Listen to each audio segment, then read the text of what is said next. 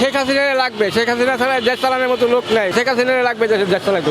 আমি কোনো দল করি না, রাজনীতিও করি না, আমরা গাড়ি ছাড়াই ভাত খাই, পেটনীতি করি। আগে ভালো ছিলাম, এখন এইটাই দুঃখ লাগে যে এখন যে পরিস্থিতি, মানে এই মাসের ঘর বাড়াতে পারি না, ঠিক মতন বাজার করতে পারি না, বহুত কিছু সমস্যা হচ্ছে। আমরা আগে সরকারের আমলে খুব ভালো ছিলাম, শেখ হাসিনা আমলে ভালো ছিলাম, এখন খারাপ আছি, এখন পরিস্থিতি ভালো না।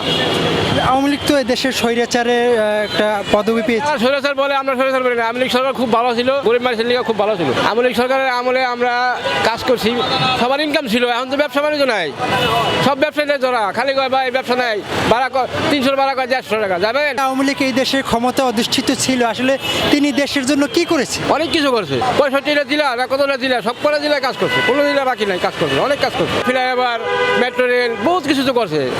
পদ্মা সেতু, আমরা আগে বাড়িতে যেতাম, আমাকে বাড়িতে ওইবার আগে বাড়িতে যেতাম একদিন লাগতো, 1.5 ঘন্টায় বাইরে যাই। শেখ হাসিনা লাগবে, শেখ হাসিনা ছাড়া দেশ চালানোর মতো লোক নাই। শেখ হাসিনা লাগবে দেশ চালাতে।